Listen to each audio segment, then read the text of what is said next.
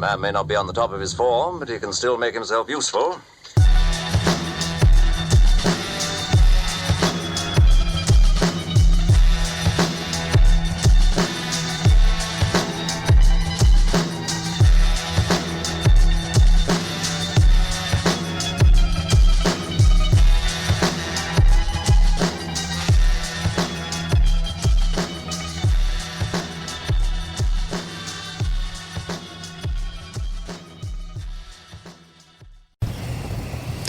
Welcome back to the By Design Podcast. I'm your host, Ronnie Knuckles. I'm joined today again by some co-hosts. I got Dakota, Woo, and Tim with me today. We wanted to come on and spend some time kind of telling the story of Spear Crest Digital, where we came from, why we even exist. Many of you that watch know me through Spear Crest Digital, through Sergeant Junket.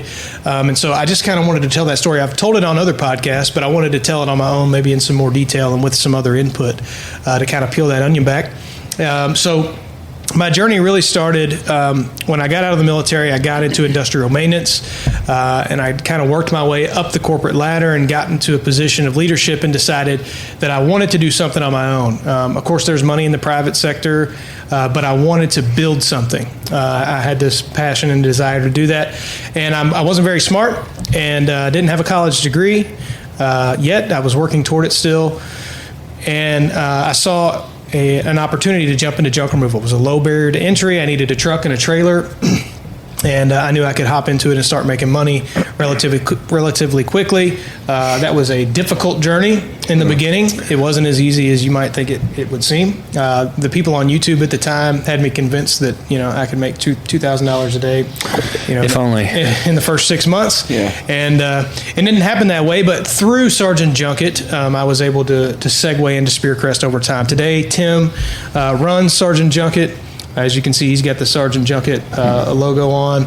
Tim he was the operations manager for Sergeant Junket for a while as we were getting Spear Crest launched. And so today, that's what he does full time. He's answering the phones, scheduling the jobs, working with the guys.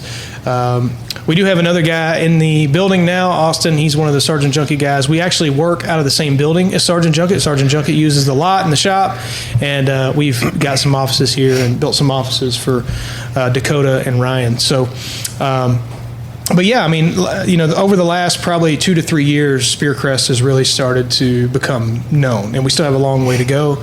But especially in the junk removal and dumpster rental industry, I think, especially this last year, we've kind of solidified ourselves as one of the maybe top 5 marketing agencies for that niche, specifically dumpster rental. Junk removals have got a lot more, there's a lot more fragmentation there. Mm-hmm. I think we're known in the junk removal industry just because I was part of the junk removal industry. So I do think we have some footing there, but we've really seen our dumpster rental side boom over the last 12 months. Mm-hmm. And, I'm grateful that God put it on my heart to start a junk removal business because I think that ultimately his goal is for us to wind up here at this table. Mm-hmm. And I had to learn some hard lessons and go through some hard times for that to happen. So anyway, I kind of just wanted to peel that onion back. So Sergeant Junket starts in 2018. I'm working with a marketing company at the time. I hired them very quickly. I started running Google Ads myself right out of the gate. How did that go? Very bad. So I started it in November, which is not a great time to start a junk removal business, November 2018. Mm-hmm. Yeah. And so we go right into winter. Maybe the worst time. And we're dead slow, right? It's 100% the worst time to start it. Yeah, like now that we've grown, November is typically not one of the worst months. That usually starts in January, but when you're just getting started, I mean, dude. Why do you think that is? Well, it's seasonal. It's a seasonal business. In the Midwest, I've seen all my clients there in the Midwest, when it gets December, nobody wants to be outside. It's 5 degrees outside. It's just not how it works. Kentucky's Appalachia, kind of Midwestern. We're like the northern part of the South, so we get all the worst. Super seasonal. Yeah, super seasonal. All 4 seasons, we get them heavily here. Mm-hmm. And so in November, when you start a business, you're already not getting leads, so you're already kind of at a disadvantage.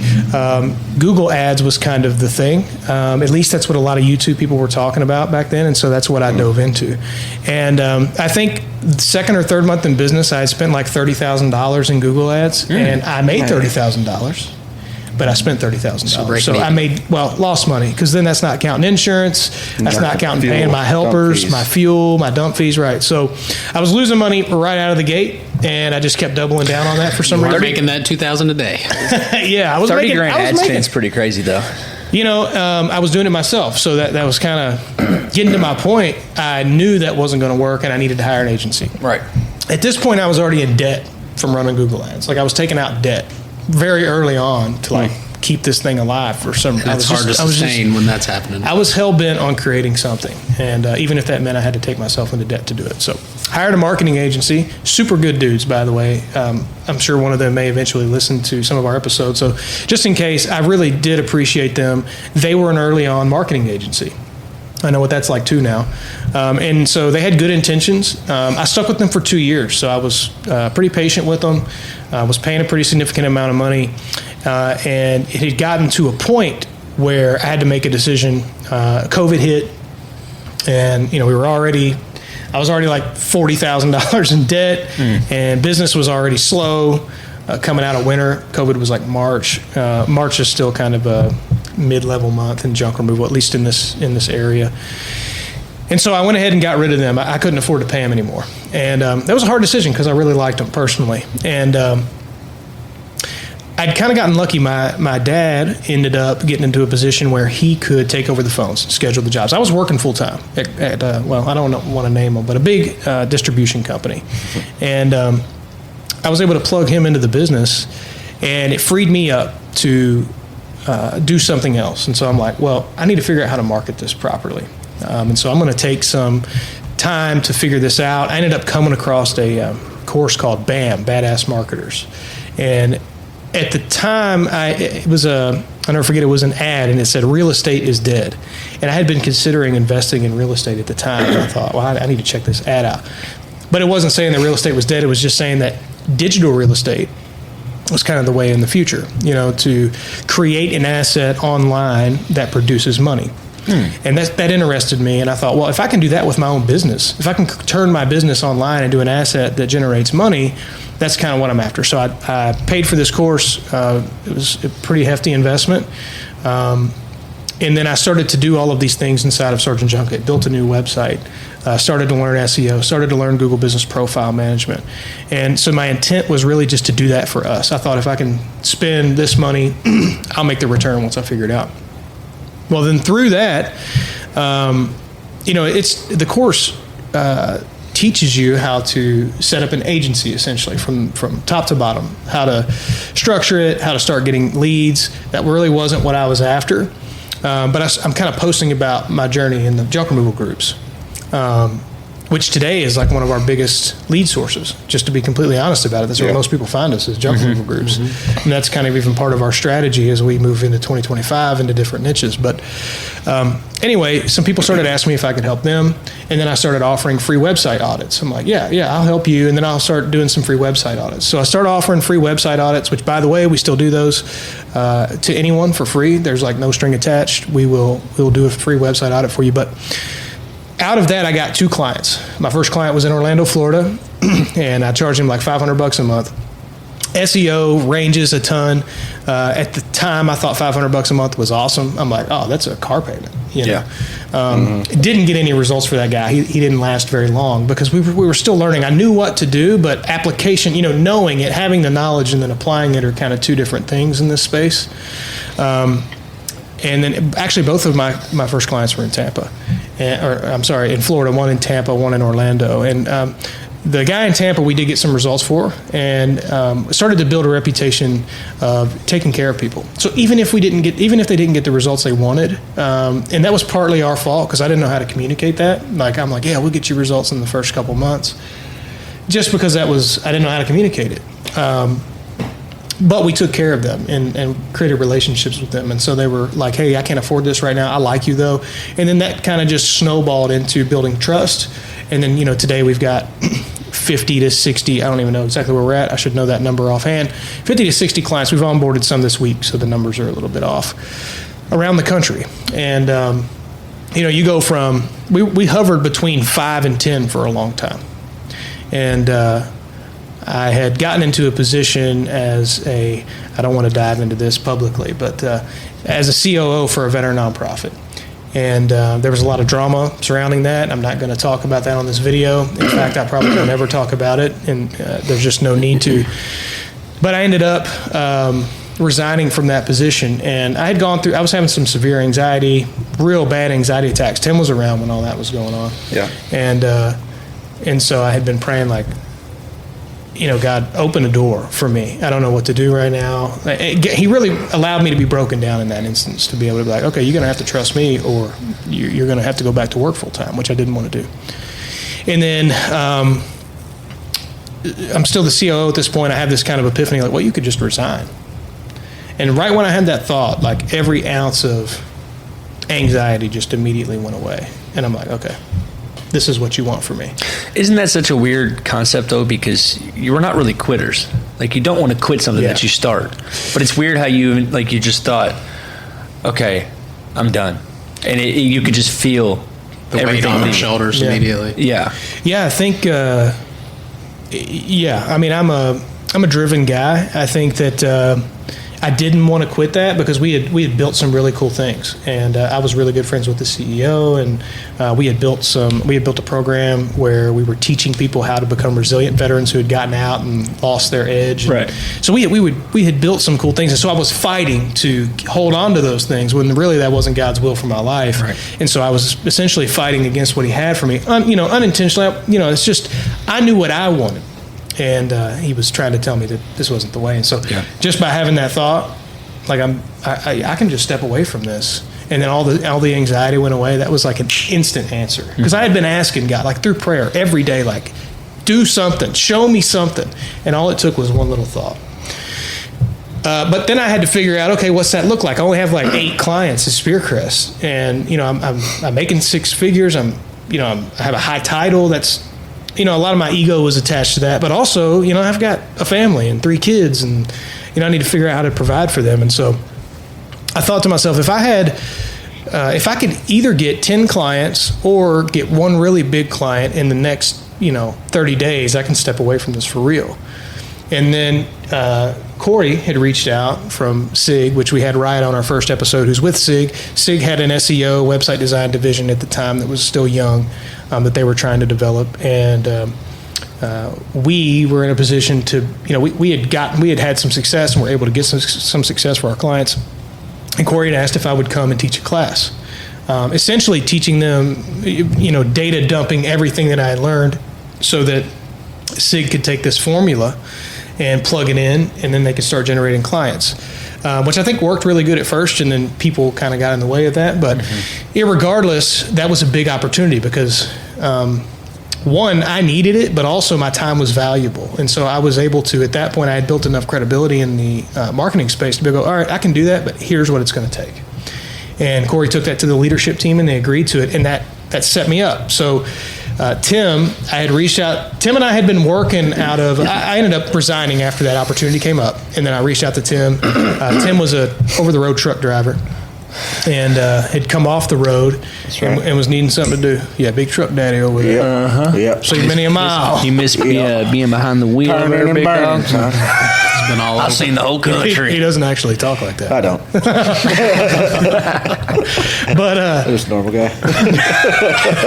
pretty chill, to be honest. I had asked him, I'm like, dude, I'm going to need help. And so Tim started coming over to my house in the mornings, and we were, I don't even really remember what those days consisted of, dude. We were still building websites ourselves. Yeah. Just Tim and I. And we were doing everything. There was just literally 2 of us. We had no VAs. We had nothing. And Good times. man, and we were working out of my kitchen table. That's the fun grind right there.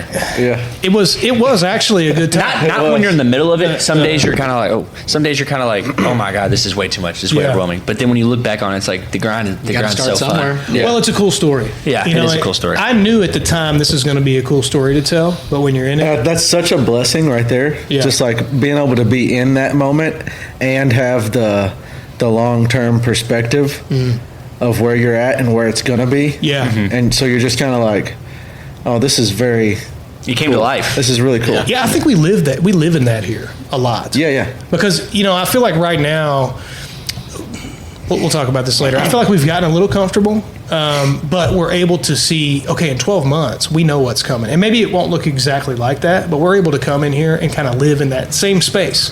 You and I have had the opportunity to be in that space for over a year. Yeah. Because we started there. And so then we did the SIG thing, started working out of my kitchen. And, my wife stays at home, and I have a little, she was 2 or 3 at the time, Emerson. So she'd be coming in and, asking us for snacks or whatever. And That was Tim asking for snacks. yeah. Oh, bud. Give them fruit snacks. But, what? That turned into, we needed to go somewhere else. So my mom has a townhouse up the road. I forgot about that part. Yeah. So then we go to my mom's townhouse, and and we were working out of the kitchen table there, and so I'm like interviewing people, trying to hire them for help on the back end, like doing Google Business Profile Management. And my mom would have us putting furniture together and stuff. Well, remember that? She had us put together a kitchen table and stuff for her. And, You probably did it by yourself. we had this building the whole time. And but it was like dirt floors. Oh, it was crazy. Like this wall behind us. I remember. Was like peeling paint. There was like The floors were. Oh, dude, our There's HVAC. a reel of it on your Facebook if anybody wants to look at it. Yeah, and maybe we'll do something else. This shop just came a long way. It's man. came along. Like these HVAC drops were just trash bags with insulation hanging Yeah. down. And It was wild it was a looking in here, complete dude. it was a complete mess. Yeah, you got the whole thing. So we got to. We had started, so that was like in September. I had resigned. We get to December, and then we had this. Remember, I think it was like after Christmas, we're going to move to the shop. And I think early January we started working out of my office. We had two desks in my. It's some raggedy thing too, bro. Oh yeah, Tim had an all glass desk. Oh my god, it was missing bolts. If you bumped it, it was going to fall over. It was leveled like that. It was on the side. Bro, the desk I was using was off a junk removal job. In this building, like the HVAC units and stuff were off all the time because we had no need for them. And, you go through seasons and it like mold was crazy. The whole thing was covered in mold. I had to clean all the mold off. But I didn't have the money for a new desk. Yeah. So I just used that one for a while. And Yuck. we did that for a while, dude. You can still go back on like my TikTok and you can see the first TikToks I was making. And we bought these LED strips and made the SC out of the LED strips on the wall behind it. Yeah. I mean, we turned the lights off and made it look like it was legit, but it was not. It was, if you turn, it was Far bad. from it. Now we got the real thing. Bro, we hustled and we got ourselves into a position where we were able to, we were able to put Tim on a salary. Not that that's relevant, but we were able to put him on a salary so that he could begin to run Sergeant Junket, kind of in conjunction with doing sales. He was doing sales for Spear Crest, doing screencasts and learning how to prospect, and so that all starts to take place. And then I don't even remember how I guess we just had enough clients and we were putting money back. And then Sergeant Junket had a couple good months, and we did take out a small loan, and then we were like, we got to renovate this place. We can't continue to work like in glue dust floors and moldy walls. Like we got to brighten this place up a little bit. Yeah. Spoil ourselves a little bit. Yeah, I mean, just have a decent place, to be honest. And a lot of it, Tim did a lot of the work. Like, he put all the crown molding up and all the base, and then we painted and got these walls built, and That's right. This is all. But anyway, Handyman Tim, we call it. This is all allegedly. so we get this office built, and then now it's like, okay, now we can actually, now we can go. Now this is an actual office. Yeah. Actually an office. Yeah, dude. It's really nice in here now, and we put a lot of work into it. I mean, you guys put a lot of work into keeping it up. The process of coming to work during the construction period, though, was like, When we were in the shop, yeah. we were having That calls was with crazy. clients. I remember before I got on, I used to pop by and come hang out with you guys for a Yeah. little bit, and you guys had the two desks back to back. Yeah, bro. Yeah, And we were it's facing just- each other. Yeah, there's just junk and everything Makes around it a you little guys. easier Yeah. to come in here and work now. And you guys Yeah. are just in there just typing away. Oh yeah, dude. And then we'd be blacking out the ceiling, and so it was just Black paint dust black paint dust everywhere, on everything, dude. And I'm sure it definitely got in our lungs. Oh, yeah. Your brother, That's something you just don't want to think about. We'll miss he you did guys. it without a mask on. he got tired of the respirator and the goggles, so he just took them off. Oh. He was blowing out like black snot rockets, man. I was like, It was dude, you're nasty, gonna die. That's disgusting. And we weren't even like he'd be in here painting. I remember a couple times he'd be in here. He was spraying. Remember when we had to work? He was doing it during While the we're day. working, yeah. And like we're on calls, and then I'm like looking around, and like I can barely see the hallway because it's so dusty, paint dust. It was nuts. But yeah, but times, that good was all times, part of good the times. journey, man. And so we get to that point, and then. We had gotten the office done, and we started to come in here and pray every morning, just me and Tim. Yeah. And we started praying like, God, if it's your will, bring people into this business that are going to help us kind of get to the next level. What we had hired some VAs, actually, I think before we had moved in officially. So we had some people working behind the scenes to help us. But we needed physical people in the building to help us do this. One of the things that I wanted to do through this business was hire people locally and help them. And I just like the fact of hiring local. We're a local business, and even though like none of our clients are here except for 2, but we were able to do that through, we already made that connection with SIG. Well, let me back up, because we had hired another guy in Florida remotely to do the job that you're doing now. And Right. super, super good dude. Really enjoyed him. He was a great guy, but we had kind of gotten in a slump. We had gotten comfortable. And we hit a sales slump, and things slowed down. We were coming into winter, and so we had to part ways. And then right around that time, you and I had gone golfing.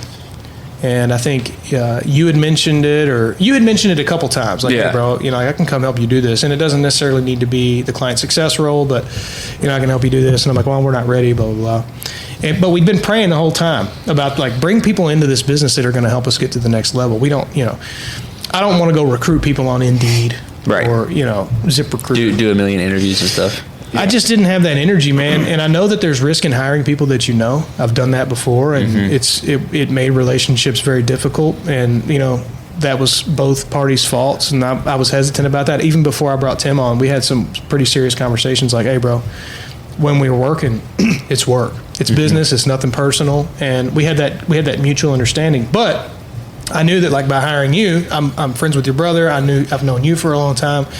So even though we didn't grow up together, Yeah, we always knew each other, but we never really had a relationship. Yeah. We didn't like. I mean, we might have. We saw each other at before parties. we started working together. We probably have had like 10 conversations. right? But still, it could make parties awkward, Right. And so I was hesitant, but then I'm like, you know what, man? We've been praying for this, and it's right in front of us. And the opportunity was ripe for you, and it was really so. After we had gotten through kind of the slow season, we had done Lone Star Dumpster Showcase. We had brought you on, like, really, dude. We brought you on, and Technically, my first day was our first day in Dallas. yeah. Yeah, He it was started like November. It was 11th. my 1 year anniversary too. It was 11/11. It was technically our first day. It was our first day at the. That was his Lone first Star. day. And bro, we hired you, and we were like, I was honest. That was a move. Like, I'm like, if you want him to be here, we're gonna need this trip to work out. Yeah. Because like we didn't have the money to hire you for real. Yeah. And or maybe we did, but it wasn't going to be like a long term Yeah. thing. And then we all know the after effects of the Lone Star Dumpster Showcase was really big. It was event rock and for us. rolling. Yeah. We got super busy. I'm super grateful for Josh inviting us down to that. And we're going to be going back again this year. I can't speak to that too much because it hasn't been announced. But, my hope is that we can get back down there and really help some people. A lot of the people that we helped down there we're still working with. Such a fun trip. Yeah. It really was a fun trip. So anyway, God blesses that, and we're still here. there we go. Tax season is upon us now, and that's going to be fun. We're in the throes of business. Yep. We're still growing, man. We're still young, and sometimes I think I can unintentionally put off the perception that we're bigger than we are, and I do that on purpose sometimes. Not necessarily from a client base, but I like to keep people guessing. I think we are bigger than we give ourselves credit for. But I think one thing we understand is we can't let our foot off the gas, and we have to grow individually.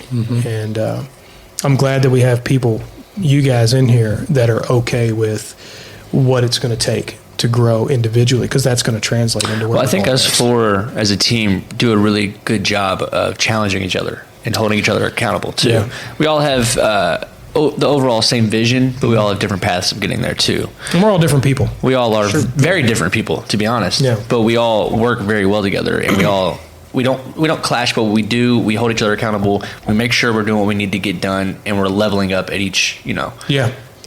Yeah, and I think that we all, especially we've talked about this a lot. In 2025, our goal is to really up our game for client experience. I mean, I think one thing we do well is we get results. Now, there are some clients we don't get results for. And I'm not trying to pass blame, but in a lot of cases, the clients aren't willing to put in the work. In some cases, we misjudge a market or whatever, so it's not all on the client. But we have a proven track record of getting results. Yeah. And so I don't think that's where we need, we're good there, but what we really need to up our game on is the client success side and the client relationship side. Not up our game necessarily on the client success side, but making sure that our clients have an experience unlike any other. And knowing that we're all pulling on the same side of that rope is really encouraging. For sure. I think client experience is going to be the number one goal of Spear Crest. Yeah. That's our biggest value. And I think SEO as a whole isn't really understood by a lot of people either. And a lot of people probably don't even believe in it. Yeah. Or they think it doesn't make sense, or it's just not right for them. And it's not the cheapest service. It's not this and that. But when you see how you're treated from a marketing company, I feel like so many people get burned by marketing companies. Yeah, some people have told us that we've burned them. Yeah, I hear it on cold calls all the time. Oh yeah, people don't believe it. Oh, you guys are just—it's a scam. It's this and that. And it's like, well, it's not fair to us as much as it is to them, because we didn't do that, and we offer a whole different experience for each client. Yeah. But it's such an interesting thing, because half the time SEO isn't real to people. They just don't believe in it. Yeah. And except for the people that have gotten results. Exactly. And then they're your biggest sounding boards, because they're like, nah, dude, this works for real. But I think one thing we always want to hammer is we don't come in and save companies in night one. We don't come save companies at all. Yeah. And I think that's what people think marketing companies are supposed to do, is you're supposed to come in, I'm going to pay you X amount of dollars, and you're going to make me $1 million a month. They expect those immediate results. We would charge a lot more if we could do that. I'll tell you that much right now. But that's like our goal is, we might be your marketing company. We work with SMBs, so smaller businesses, where we are their marketing team, which is fine, but you still have to do marketing yourself. Boots on the ground, guerrilla marketing, all this stuff. Like, it's not just all of us. Mm-hmm. We can't be your full marketing tactic team, especially if we're 200 miles away. Well, we focus on the digital side, man. Yeah. And I think a lot of the times it does get missed, and a lot of it, let's just be honest, a lot of it is in how we communicate. Now we can communicate well, and that can still get lost in the sauce because someone is excited to work with us and they're really hopeful to get results. And so maybe we'll tell them and they won't hear it, but maybe it's because we're not communicating well, or maybe it's because we're not building the relationship well. And so we have to take ownership of all facets. And I think that, we do a pretty good job of client success, sharing data and meeting with our clients. But I'm trying to do things super unique as a company, and I don't want to give too much away. We talked about this earlier, where you start to share things that are in your plans before they come to bear, and you're opening the door for attacks that you didn't see coming. And so I don't want to do that, but we're gonna radically change the game, I think, in terms of how we take care of our clients. I think we're just and look, there's some awesome agencies out there. I'm really good friends with a lot of agency owners that have been huge blessings to us. And so this isn't a knock on them. This is just how we're going to do things, and what I think a lot of agencies miss. To your point, people get burned. Mm-hmm. Or their perception is that they got burned. Maybe they actually didn't get burned and they were getting results, but the communication sucked so bad that they didn't really know where their results were coming from. I mean, we experienced that very recently, where we have a client, we're getting him results, we can show him that we're getting leads, and he's like, I'm not getting any leads. And it's like, yeah, no, you are. And I think that maybe it's just that not that we didn't try to build that relationship, but we could be doing more. Yeah. Right. I had a call with a guy yesterday, and he's trying to kind of do the same thing we're doing. He's a dumpster rental business owner, and he's like, man, I'm trying to figure out how to uniquely build relationships. And he's like, and it's so simple. He went to a BNI meeting or something. And this realtor, I don't know the exact details of the story, but he got a handwritten letter from this realtor. And he was like, nobody freaking does this anymore, dude. Mm-hmm. And he's like, and it made me think to myself, I'll never use anybody else. Off a handwritten letter. Mm-hmm. And so it's like, what can we be doing? Those fine-tuned details. It's the small stuff. That just seem, that are so simple, but they're, personal stuff at scale, they're tough.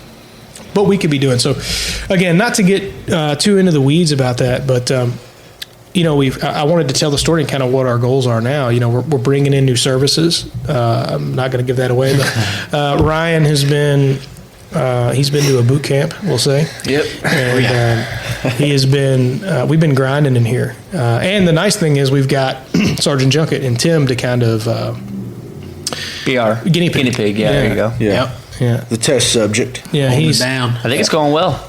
I think so too. Yeah, it really is. And that's so back to the part about the necessity of the customer doing work. It's like with what we got going on now, plus our digital presence from what we've been building with the SEO, plus the organic stuff like the letters and the door hangers and signs and It all posting goes on together. An extra Facebook. mile. When Oh, you're the doing all that, network leaders, yeah. it's just more eyeballs. You see your know? business take a crazy growth when you're doing all the things right. Yeah, you have people will see you in all these different places, and then when they're ready to make a decision, it's like, oh yeah, these are the those guys. I've seen these guys. Yeah, At the very least, they're going to go, I need to reach out to these guys when the need arises. Yeah. Junk removal specifically is interesting because it's such it's a commodity item. You know, it's I don't know how to describe it. People need it, but they don't necessarily know that they need it. Until they Yeah. need it. Right, yeah. like they Yeah. think they can take care of it themselves. And look, people can rent dumpsters too and load it themselves. That's fine. Junk removal though is kind of takes the dumpster out of the equation and you get the labor involved.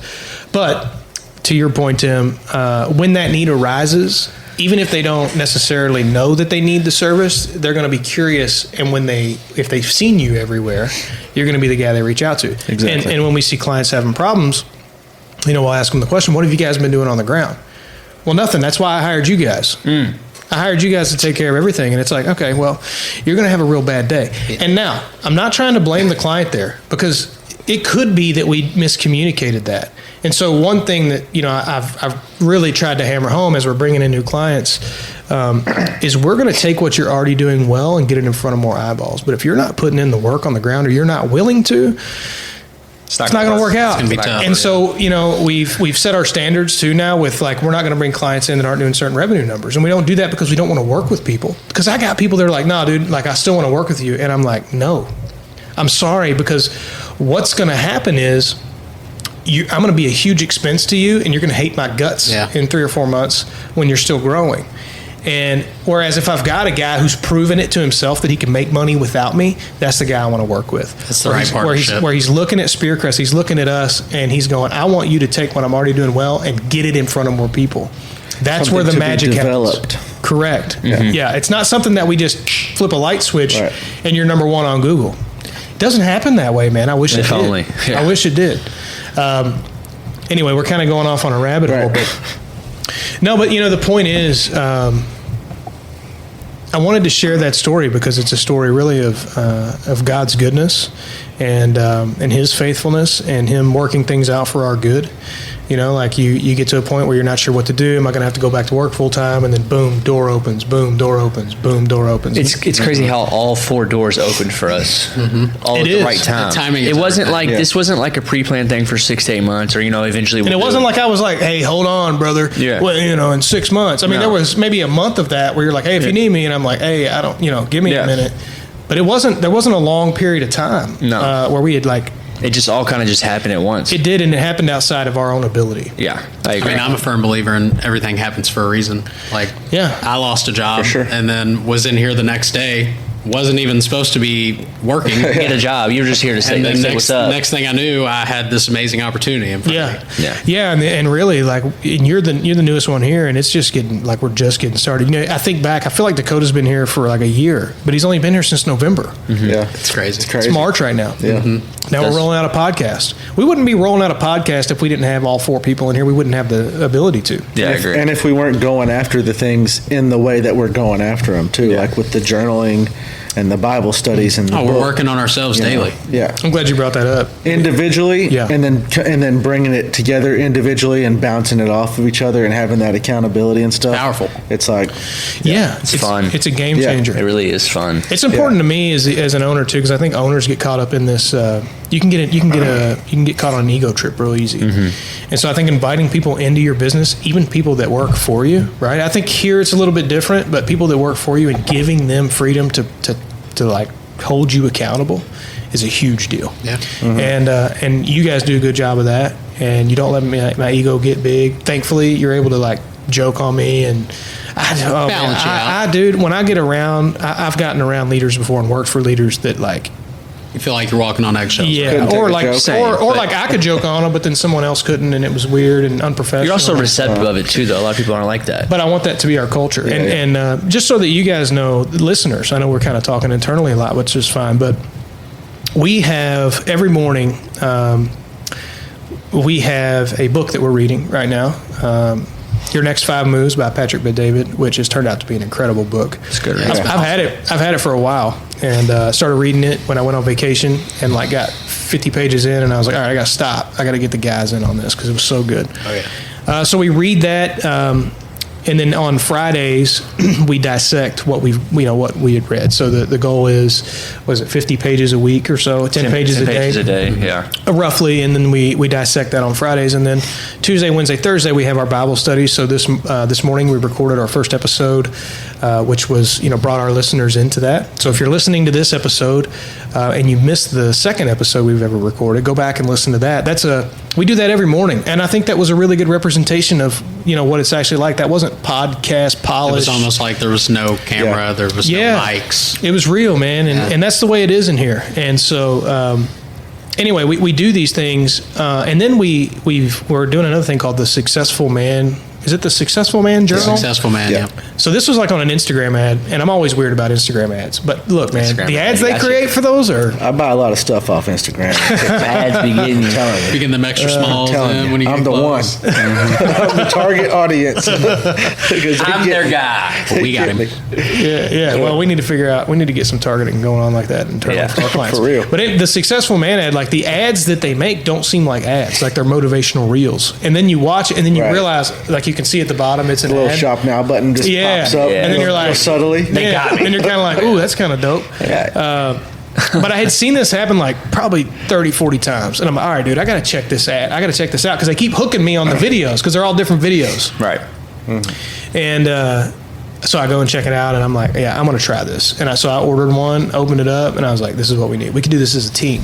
It's helped us set goals. Yeah, I mean, so we were already. And specify the goals. That's too, it, which exactly. For me was, it was, is, and continues to be A game absolutely changer. necessary and a game changer. Yeah, and then to come in. So the twist we put on it is that you have to come in and speak out loud what you're writing down, and then we can all pour into each other. Okay. I'm going to just use an example. I'm not going to call one of you guys out, but it's like I'm going to drink more water every day, and it's like okay. That was me. All right, Call myself. great. I did. But I think we could all drink more water. Yeah, that's but But it's like, okay, you're going to drink more water. That's great. How much water are you going to drink? I don't know, like Getting two specific. water bottles. 8.79. It wasn't me. Who was it? It doesn't matter. The point is, we allow everyone to pour into each other and hold each other accountable. And so through this, by the way, if you should check that out, the Successful Man Journal. That thing is pretty sweet. That goes through kind of this progression. So you'll set your goals, then you'll do you'll write down what you're grateful for every day, kind of teaches you how to build out a plan, how to set your morning routine. I think we're going to be getting into affirmations tomorrow is what we're going to be talking about. So, and then eventually you get to this place where you're journaling every day. So you're kind of recording your day. Did you win the day, essentially? And then you'll do that for 90 days. We each have 90-day goals inside of the business and for each other. Not for each other, but individually that we're holding each other accountable to. And so maybe this is something that you can use in your business. I mean, it's worked out completely fine here. You're going to have to be willing to have a little bit of tough skin and put your ego aside. Got to be vulnerable. Got That's to what be I was transparent. just thinking, man. I think we would be remiss if we didn't mention the importance and the value of having extremely difficult conversations on purpose. Like, go out of your way to have that conversation with your team, with your leadership, with your coworkers and your peers. Like, having those tough conversations where it almost feels like you're being called out. Well, you are. You're being called out of. But it's not a malicious call out. Like it's not. You're being called out of Your crap. less Your and called comfortness. up to more Yeah. by your peers. I mean, Well, when I you're, think. Yeah. Go ahead. when you're doing those hard things and you're having those hard conversations, like that's where true growth comes from. I also think I do each one of you a disservice if I'm not holding you to your true potential.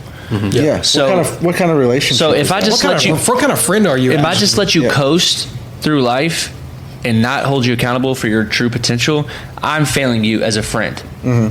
Like that's all it comes down to. Yeah. I need to be able to call you out on your BS. You said you're going to do something and you're not doing it, so now you're not honoring your word. Like, what are we doing here? If you say you're going to do something, do it, and be who you are. And you ever heard the thing like, if you really want to learn something, teach it? You ever heard that? Yeah. Oh, yeah. I think that holds true. So if you want to hold someone else accountable, it teaches you to hold yourself accountable. That's the same thing as because if I try to hold, if I try to say, hey bro, why ain't you doing your workouts? Why ain't you doing this and that?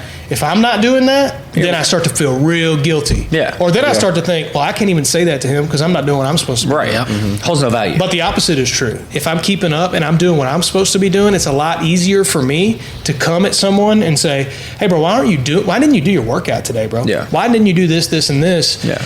And not do it in a malicious way. Right. Because I'm taking care of my crap and we're all trying to grow this thing together and we all have to be individually strong. And the reason that I'm holding you to this standard is because one, I'm holding myself to that standard, and two, if you meet this standard, not only are you going to grow, but the whole team is going to thrive. Yeah. You know, it's like the dead leaf. One dead leaf will kill a plant if you don't prune it, trim it back, right? So it's kind of like that, and I think we do a really good job because it's not just me, calling each individual out. It's all of us kind of pouring into that. I think a good example of that too is, just for example, for you, Tim, we kind of talked about, why aren't you doing the things that you said you were going to do? And then at first, you would have some kind of excuse. Now you don't have excuses. You just take accountability. Yeah. And I think that's the start of growth for you in that aspect. At first you'd be like, well, I didn't want to. I was too busy. I didn't feel good, X, Y, and Z. Instead, you're just like, you know what? You're right. That's one thing that we all four do really well, though, is we're receptive and we take accountability. And it can be subtle. It's not the easiest thing to do either. No one wants to get called out for the things that they're not doing when they said they were going to do it. I'm guilty. Everybody's guilty of it. Yeah. But instead of if you say, hey, why didn't you work out today? You said you were going to. Why didn't you? And I'm like, well, this, that. I'm deflecting instead of just accepting. Well, also, your word is losing all credibility. It at is. that point. Yeah. And the other day, it doesn't have to be. I don't think in all instances it needs to be some kind of firm call out. I was sitting in my office and it was 3:30 in the afternoon, so the day was getting close to being over. And Tim walked by and he was like, "Hey, bro, you gonna work out today or what?" And just in that moment, I was Fired like, you up. "All right, he's right." He was gently saying, "You need to work out." What are you doing? Right, and so. But it was on my way to the gym. Right, and so then it's So like it was easy for so, you. Yeah, it's like, come on, bro, get up and do that. And so I think having that ability to hold each other accountable has been huge for that. It's healthy. Been huge for us. It's healthy. And I think that a lot of business owners unintentionally avoid those things. I think holding people I don't accountable. think they care. I don't know, man. I think they care. I just think they don't know how to navigate it. I don't. I guess They're not easy smaller business conversations owners to do. have. Smaller business owners are in a unique position to be able to do those kind of things. It's a little different for service-based I mean, businesses, we've but- both worked corporate, so you see like the corporate ladder and the corporate setting. They don't care about employees. Well, no, you're more of a cog in the wheel. Yeah, you're definitely that. But you're good. Which is interesting though, because I just don't know the rat race of the corp is so crazy to me, and how idolized it is, and how invaluable I felt in that setting. I met some really good leaders in the corporate world, and I think so. Like the company that I was working for, the big distribution company, they had a full-blown gym in there. Like they were they were encouraging people to use the gym, and so there was encouragement there, but it wasn't. The culture wasn't you need to be at your best. It was you need to be producing at 100%, and if you're at 89%, then we're going to have a meeting with you, and you're going to go down the chart of warnings and blah, blah, blah, blah, blah. And it was more about the production of what you can output, not necessarily building you up internally so that those things happen naturally. Right. And I think one of the benefits that we have of not being that big right now is that we get to set the tone and set the culture. Build the culture. Yeah, we get to mold it and form it into what we want to do, because eventually we want to get big. I want to get us to a place where we need more people in this office to handle our clients and really take care of our clients. Where we have our own teams under us. Yeah, I don't want to get so big that our clients feel lost, like some of these other marketing. But we want agencies everybody that we huge. bring in. Well, see, this is we're foreshadowing stuff too. We don't talk about, but we want everybody that we bring in to feel the culture that we feel with us four. Correct. Yeah, and we're going to do that by setting the tone now and holding ourselves accountable and making sure that we meet the standards that we're setting out, and we're going to build this culture into something great. And I think that the people that are going to benefit the most are going to be our clients. I think the self-accountability and things that we're doing internally right now is going to benefit our clients. And I'm really excited about that. I think 2025, I already know it's going to be busy, especially with the things we're going to roll out that we're not going to talk about right now as far as service offerings go. But I think that what's really going to move the needle is people are going to have a real hard time keeping up with us, because you got 4 people that are just performing at 100% every day, day in and day out. That's hard to keep up with. It's hard to keep up with one guy that does that. Yeah. You get 4 people doing that. Real tough. You can really build something to be proud of. And that's not calling anybody out or saying you're not going to be able to keep up with us, but we have big goals and big aspirations, and we want to take care of people in a real way. And I think we are setting ourselves up for success in that. So that's kind of it, man. I think we did a pretty good job of starting at the beginning and bringing it together. At the end of the day, I want to make sure we give credit where credit is due. I think, if it weren't for God and Him opening doors and bringing people into this, who knows what it would look like. And I'm grateful that He's given us, one, the clarity of mind to lean on Him, and the reminder that we're just stewards that He's given us. And my hope is that we never lose that. Yeah. And I think that He's going to continue to bless it, and I hope that He blesses our clients mightily through us as well. So comes back to the foundation that we're building. Yeah, it does every morning. It does. Guys, that's all we've got today. If you have any questions, want to know more about Spear Crest Digital, or want to know more about each or any individual person, Tim is a junk removal guy. If you're a junk removal business owner that happens to be listening to this, you could probably get some value out of that. Email your questions to questions@bydesignshow.com. Questions@bydesignshow.com. I said the By Design Show on the last episode, so and that was incorrect. It was. Right. They will be bouncing because that doesn't exist. Maybe we can edit that. Yeah, or we can just add the mailbox. Or if they came back for the second episode, they'll know. Yeah. That's why I did this time. Like they should have. And if they didn't, emails got bounced. I don't even feel bad for you. Yeah. Who needs you? Good point. Who needs you? Guys, thanks so much. We appreciate you. Share this episode. Rate us. Give us a 5-star rating if you enjoyed this content. We appreciate you guys. Content. I said content, I think. Thank you guys so much. Appreciate you. Have a good day. See ya.